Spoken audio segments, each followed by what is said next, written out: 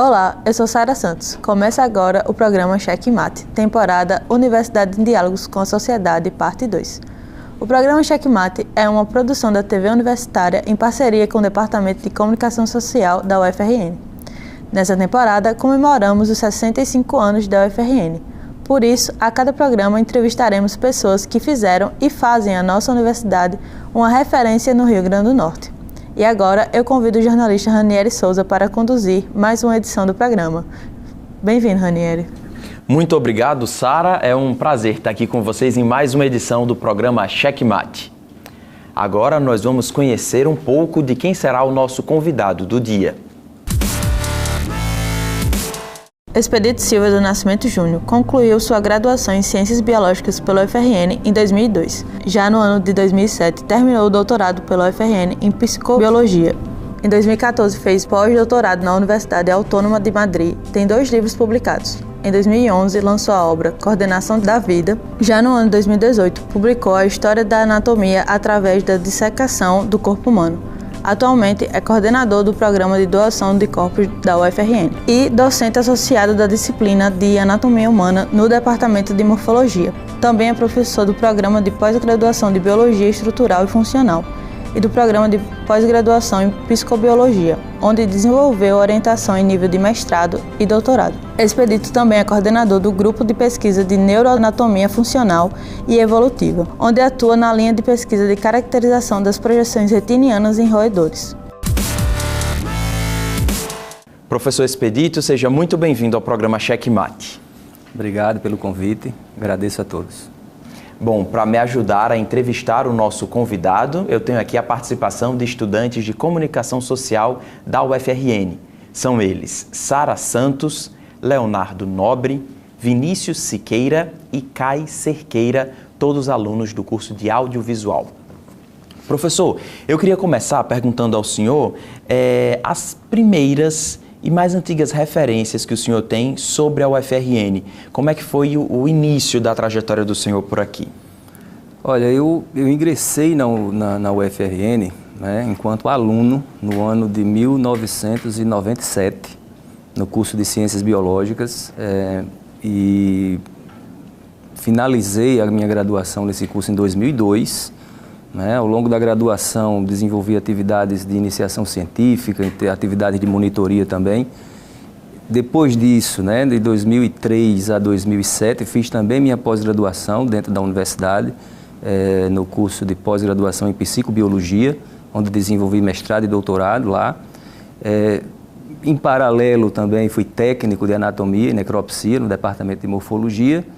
Em seguida, passei em concurso público para professor, como do quadro docente permanente da universidade para ministrar aulas na Facisa, em Santa Cruz. Fiz parte da implantação daquela unidade em Santa Cruz. E em 2010 retornei para o Campo Central para ser professor de anatomia no departamento de morfologia. Ou seja, toda a minha trajetória acadêmica, científica, está vinculada a essa instituição. Desde que eu me entendo por gente, eu estou dentro da Universidade Federal do Rio Grande do Norte.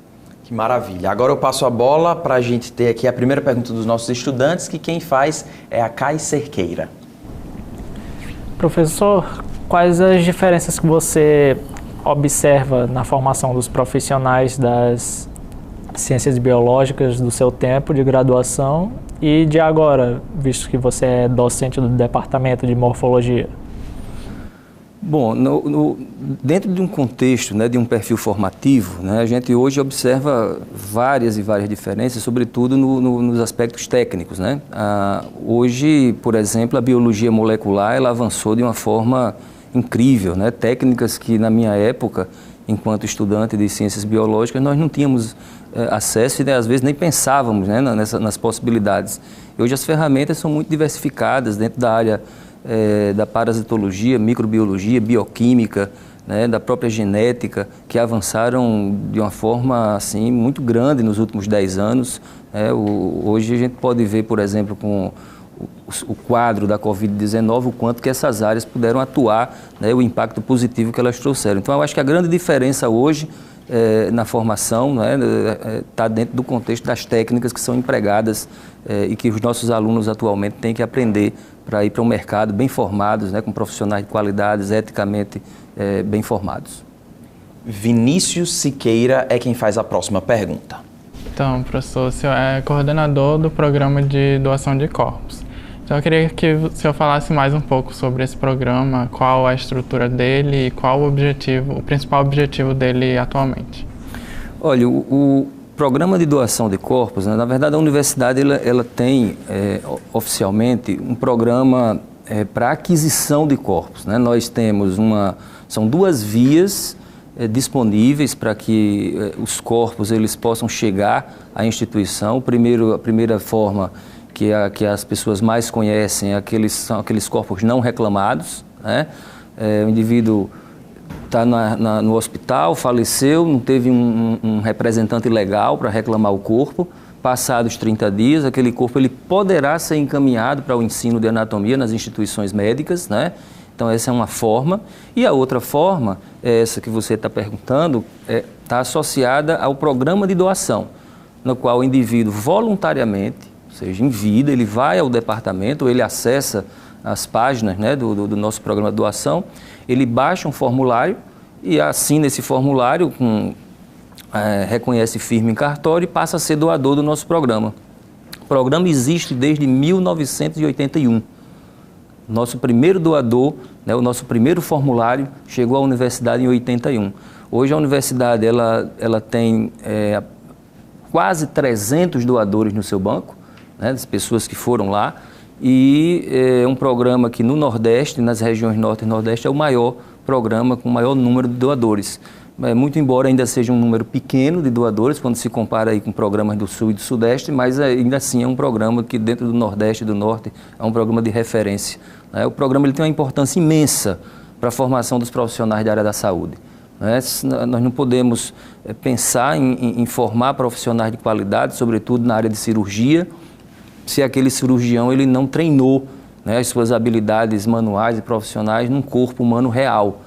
Não existe nada que substitua o corpo humano com qualidade, né, suficiente, pelo menos para algumas áreas, né? Alguns cursos sim você consegue substituir por modelos artificiais, mas para outras áreas específicas é impossível você formar se não for através do cadáver com a dissecação do corpo.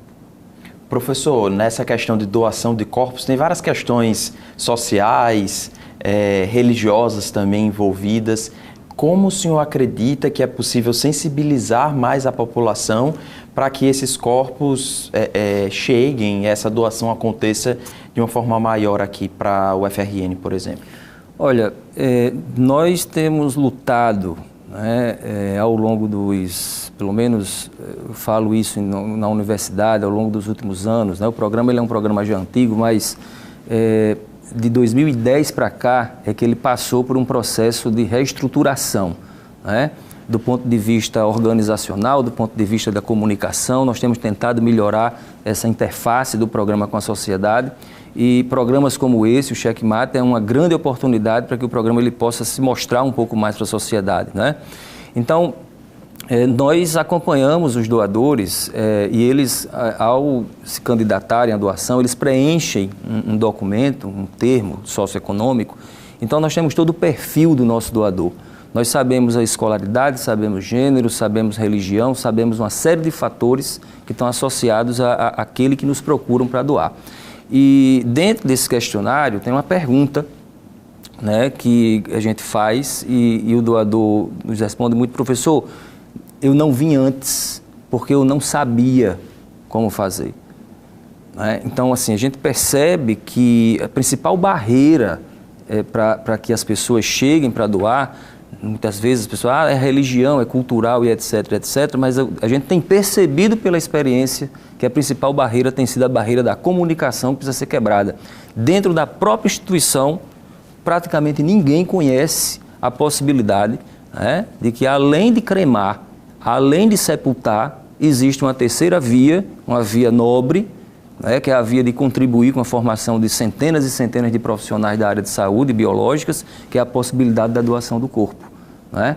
Então, assim, o contexto cultural, em algumas situações, ele pesa, o contexto religioso, né? Em algumas situações ele pesa, mas eu vejo que o principal aspecto a ser combatido, que a gente precisa vencer, é essa barreira da comunicação. Por isso eu repito, programas dessa natureza são fundamentais para a gente levar informação à sociedade, informação de qualidade, né?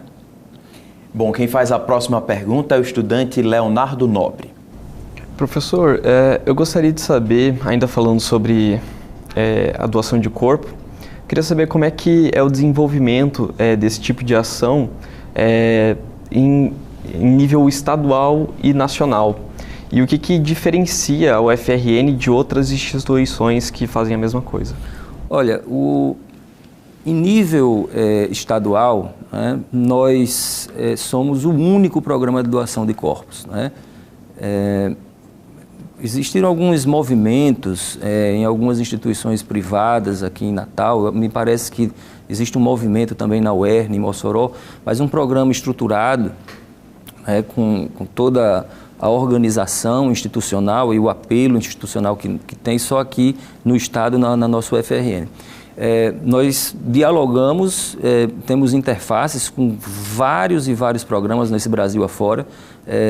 Acho que nas instituições federais de ensino, todas elas têm um programa de doação de corpo ativo, né, ativo. Muitas instituições privadas. O programa hoje com maior envergadura, maior estatura, você vai observar em Porto Alegre, um programa bem amadurecido, que conta com um número muito elevado de doadores e que tem corpos, e eles podem inclusive selecionar, vejam vocês, o perfil do corpo que eles querem que chegue. Vou dar um exemplo. A última vez que eu tive contato com a coordenadora do programa, eles estavam dispensando corpos acima de 100 quilos, né? Devido que estava pesando um pouco mais, eles não estavam recebendo porque não tinham lugares para colocar disponíveis lá nos tanques, né, de formal deles. Aqui na universidade, na nossa universidade, nós não temos nenhum tipo de distinção, nós recebemos todos os corpos, inclusive recém-nascidos que têm sido doados para a nossa instituição, para a disciplina de embriologia, né? Amputações têm sido recebidas pelo nosso programa de doação. Enfim, nada, absolutamente nada se perde, né? Tudo a gente consegue aproveitar para a formação dos profissionais. Tá? E aí o treinamento da técnica operatória, técnica cirúrgica, desenvolvida no nosso laboratório, ela é feita com base nesse material de ensino e para a gente é precioso demais, tá certo? Maravilha, professor. A gente vai continuar falando desse assunto daqui a pouco, porque a gente precisa fazer uma pausa bem rapidinha, mas não saia daí, o programa Checkmate volta já.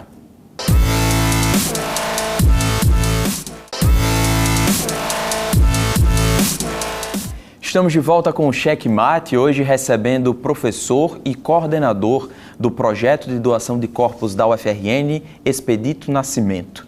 Professor, eu queria fazer uma pergunta, porque a gente tratou no primeiro bloco da doação, de que a pessoa pode deixar isso registrado, que quer doar o corpo após a morte para a universidade, mas aí eu acho que ainda tem algumas pessoas que podem pensar o quanto isso dificultaria, por exemplo, a doação de órgãos.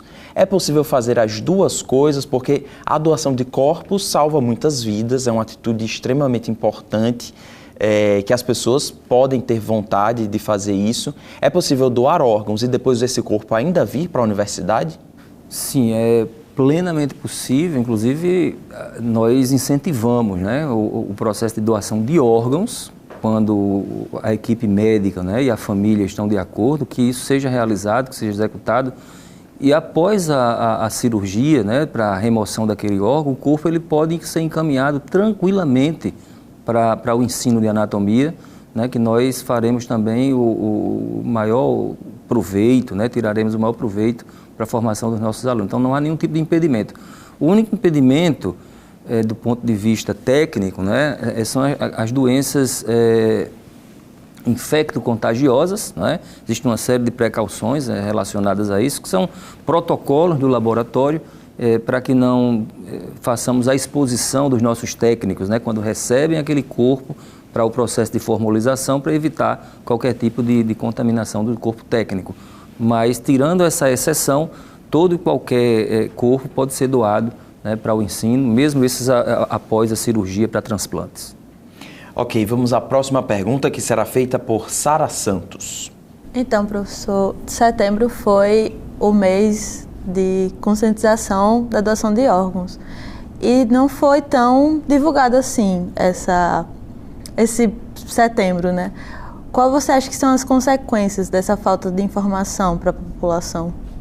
Olha, isso tem uma repercussão do ponto de vista social, uma repercussão muito negativa, né? Você observar que quantas e quantas vidas, né, poderiam estar sendo salvas, né, se nós tivéssemos uma maior divulgação, uma maior conscientização da população, né, para o processo de doação de órgãos, né? Então, a gente passou recentemente aí na mídia em geral, todos acompanharam, né, o caso do transplante cardíaco lá do Fausto Silva, e isso nos chamou a atenção para essa pauta, né, da importância de divulgar, da seriedade, né, que todo o SUS, todo o sistema associado a esse processo de doação, ele está vinculado.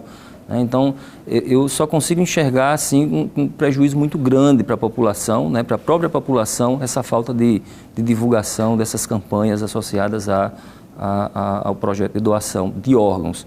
E se a doação de órgãos, né, passa por esse tipo de dificuldade ainda hoje, com tamanho esforço que é feito, você avalia a doação de corpos, né, para as instituições de ensino, né, o quanto que elas ainda sofrem, né, de uma maneira geral. Vamos agora com mais uma pergunta que será feita por Kai Cerqueira.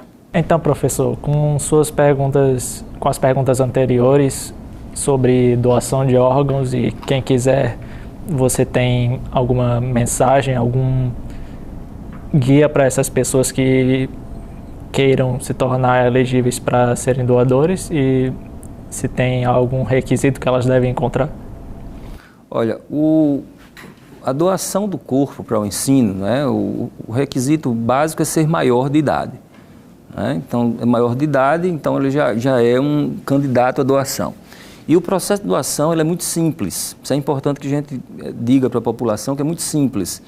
É um formulário que ele pode encontrar na página do Programa de Doação de Corpos, né? É o www.doaçãodecorpusufrn.com.br, e lá ele pode baixar esse formulário.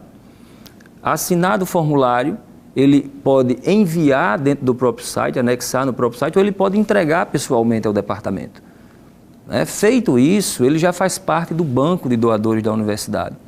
Após o seu falecimento, a família comunica isso à universidade, e a universidade ela dispõe dos contratos, né, para todo o traslado do corpo.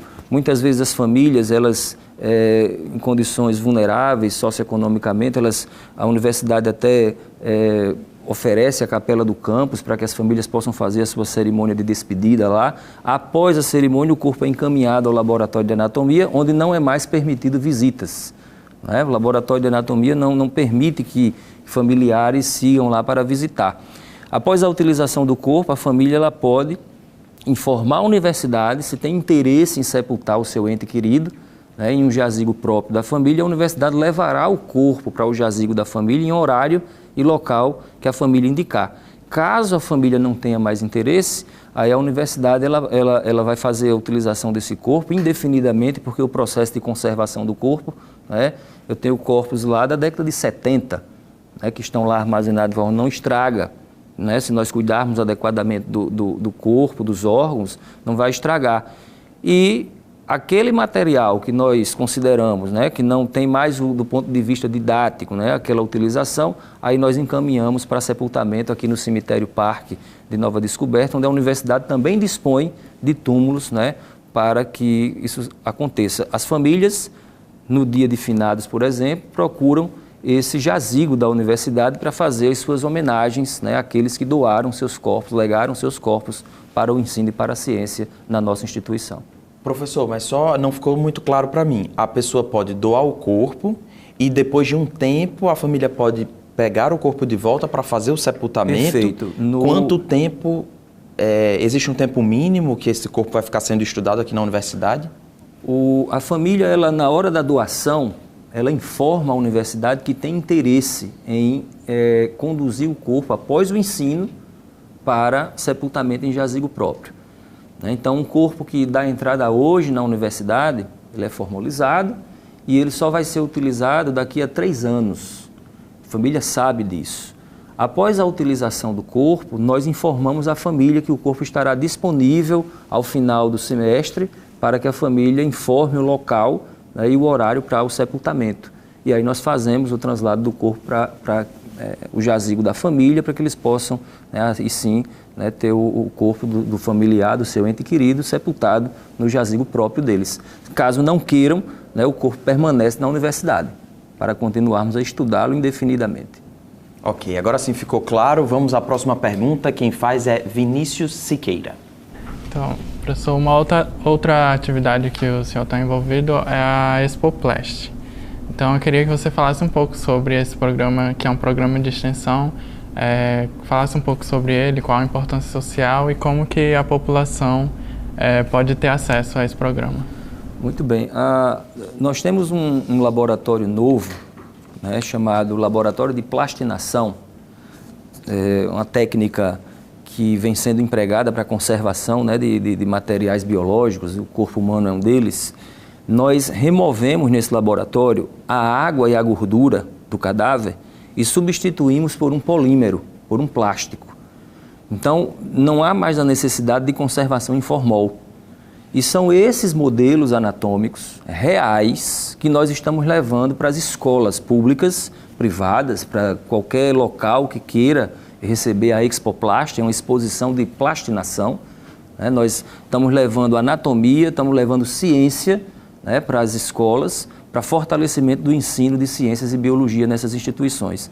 Então, o aluno que acabou de ter uma aula de sistema circulatório vai ter a oportunidade de segurar na mão um coração real de um indivíduo. Vai ter condições de segurar um cérebro na mão e ver a anatomia do cérebro, como é que está constituído. O professor falou sobre meningite. Ele vai estudar, vai ver uma cabeça que tem uma meninge. É ali que tem a inflamação. Então, quando você associa a anatomia ao ensino de base, você fortalece o processo de consolidação do aprendizado.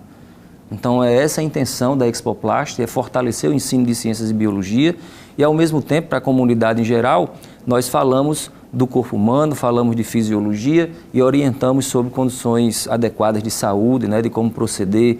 Ora, o seu sistema circulatório funciona desse jeito, o nervoso assim. Será que seria uma prática mais saudável para você fazer assim e não assim?